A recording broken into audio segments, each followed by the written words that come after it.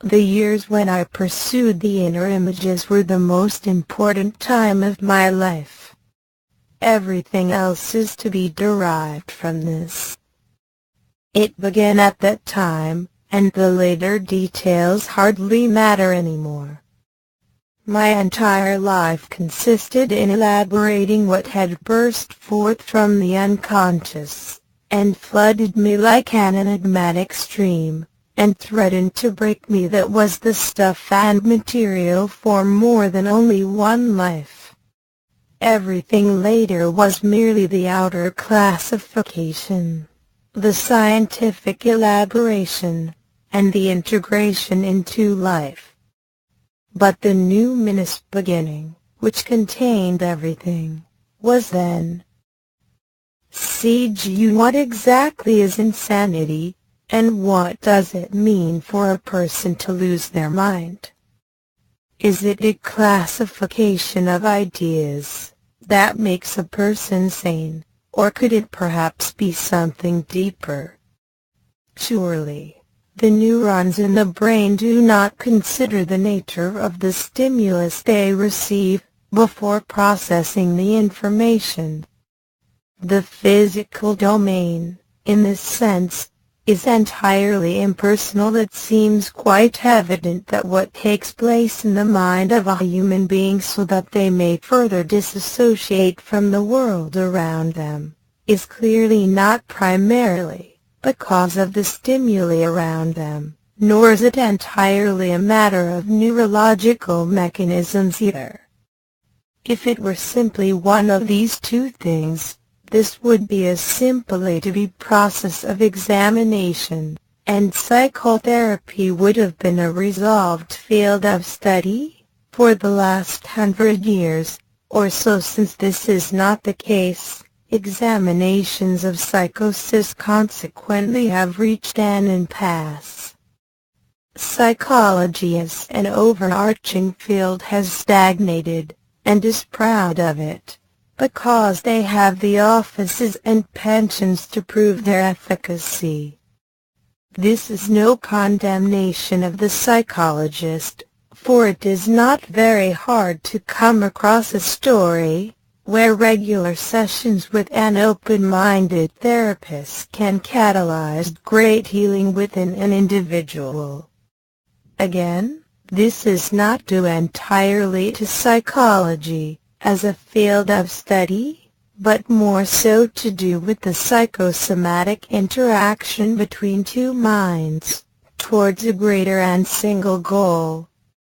At the risk of sounding cliché, this is teamwork more than it is anything to do with textbook studies. Even still, however, there is a gap. It can be noted that there remains some sort of psychological gap that is required to be the intermediate between a person and their ambient stimuli, but this also produces a somewhat natural dysfunction of interaction. This intermediary between the individual's inner world and their outer world is the unconscious level of the mind, and the functional properties of this unconscious level in the life of the individual has been considered by ancient men as karma. As a recap, let it be stated that karma is not as simple as two accumulative pots of good and bad luck that a person bets into for their future, but rather the ability, the limitations, or lack thereof, of an individual to engage with themselves and their environment. The lack of a person's ability to see the benefits and joy of their own life is their karma. It is not to God smiting someone, not in the literal sense, at least. After considering the properties and functions of the unconscious mind, the individual is left with a vast depth of unknown. They soon begin to understand that the puzzles of their mind that plague them have answers awaiting around the corner, but no one is sure how to even conceptualize what they might be looking for, let alone how to go looking for it. The individual is entirely in the dark, and left to float or drown, which is a decision that is ultimately decided by instinct alone in this scenario: fight or flight. Alone, confused, unsure if one can trust their own thoughts, this is where psychosis begins. Consider Robert Pirsig's Zen and the Art of Motorcycle Maintenance. It is not a lack of something in the environment, although this does play a part, so much as it is the inability for a human to incorporate themselves into the world around them in a way that they feel is coherent and even worthy. Every individual, as Viktor Frankl described with logotherapy, and the will to meaning, has a stake to claim at birth. However, it is up to each person to seek out that stake and claim it as their birthright. Everyone experiences this to a degree in their lives. This psychoanalytic notion of karma seems to be the only thing inescapable in life, for it follows a man wherever he should go, into whatever situation he should run to. This haunting sense of karma is what ancient man called a demon. If a man's karma should be fruitful, it was considered that he was gifted by the angels. Surely, a person could argue that angels and demons may have some sort of metaphysical property beyond the realm of psychoanalysis, but in any case, this interpretation remains an undeniable viewpoint. If a person's mental state of affairs has reached a point where dissociation of this variety has begun, and is slowly increasing by a marked degree, they can be assured that they're in trouble, and that no one will have a way out for them. The steps have already been taken down this path, and there is no turning back, for after all, the neurological mechanisms are entirely impersonal. If there is one thing that can be taken away from Carl Jung's material, without any doubt of efficacy, it is that sometimes a person must lose their mind to find their soul. Sometimes, to find a greater sense of context and syntax in life, a person must first lose all previous context and syntax, etc. This is why Eastern metaphysics, such as Taoism, has always heavily emphasized a state of child-like wonder/bliss when investigating the aspects of life. Certainly, this is not a suggested state of ignorance, but more a state of impracticality. The child, ever growing and learning, finds quickly that the world around him is entirely impractical, and that he must adapt and learn accordingly to achieve. It is in this state of impracticality, devoid of overall context, that the child begins to adopt and develop their context. An adult who has already developed such a context will do nothing aside from further develop this context, until they abandon it entirely and start over. But what are they abandoning in their retreat from psychosis? What exactly does one lose when they lose their mind? They lose the sense of their individualized diachronic narrative, diachronic meaning, concerned with the way in which something, especially language, has developed and evolved through time. The example of language is not intrinsic to the definition of the word, but helps illustrate quite the picture, when considering ideas such as symbolic literacy and mental projection. The aforementioned teamwork between the therapist and the patient is beneficial, because it helps provide a reference point of focus for this mental projection principle, so that the patient may gauge themselves with a sense of trust. Here, however, a strange feedback loop occurs, and progress can only go so far. For how can the therapist truly help the patient when they, themselves, have this monkey on the back of their own jostled unconscious mind? Yet another impasse is reached, and the patient is not left back at square one, per se, but has merely succeeded in buying himself some more time at best. If a weed or even a cancer for that matter is not uprooted entirely, it will be stifled, but continue all the same, and it is no different, when considering psychological complexes both good and bad. Surprisingly, this is, more or less, the position Carl Jung found himself in after parting ways with his mentor of sorts, Sigmund Freud, over what was essentially a divergence in their interpretations of the unconscious mind. Freud saw this as a center of repressed animalistic desires, whereas Jung theorized that each man chose a type of archetypal symbolic literacy with which he engaged his own mind and the environment. Jung theorized that every human brain functioned on the same basis, but their minds, i.e. the effect of the brain, were entirely subjective, and could only be gauged on a case-by-case basis. The Red Book is brought to attention, from this point forward.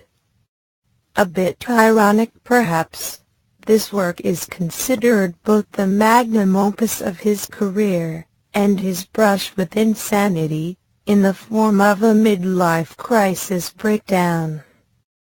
Described as the point at which Jung had achieved all his life's checklist of goals: career, wife, family, esteem, leisure, he found that his dramatic diversion from the Freudian ideology left him highly ostracized by the psychoanalytic community. This state of affairs brought him to a seemingly bottomless state of hopelessness and lack of self-worth that made his achievements seem to amount to nothing more than check marks. He had lost his own gauge, his diachronic narrative with which he used to explain the world to himself, and vice versa. Withdrawing from his variety of organizational positions, and struggling to maintain his office practice, Jung began pouring out his apocalyptically symbolic visions. Plagued with intense, vivid, and frequent dreams, Jung was also experiencing what he termed as synchronicities, where the conscious mind and the environment take on a deeper, unified context, as a message from the environment to the person through the form of the unconscious mind's symbolic literacy, and even visions during his waking everyday life, that steadily chipped away at his composure. Contents of the Red Book aside, the most important details in this case are the mechanisms with which it arose. For those unfamiliar, Jung's theory of archetypal symbolism in the unconscious mind is actually an ancient known truth to groups such as the Gnostic Mysteries, and even their surviving secret societies today. Jung knew this through studying anything to do with ancient symbolism, even having the opportunity to borrow from Manly P. Hall's library, and it is a very clean-cut, empirical, and reproducible explanation for the crude mechanisms that ancient man termed magic. In reality, archetypal symbols are glyphs of the unconscious mind, and the symbol is the quantification of this notion on the unconscious mind, serving as a bridge to bubble this notion from the back of the brain to the front. In the same way that a number is meant to symbolize quantity, one could say that symbols are meant to quantify quality, and in this case, a quality of a person's own neurophenomenology. Esther Waller-de-Lubitz put it best when he wrote, in Azadeh Risman symbol, every natural object in the universe is a hieroglyph of divine science. Each animal, each species of plant, each mineral group, is a stage in the process of becoming aware of the cosmic case, culminating in the complete organism of the human, the microcosm, or man in his image.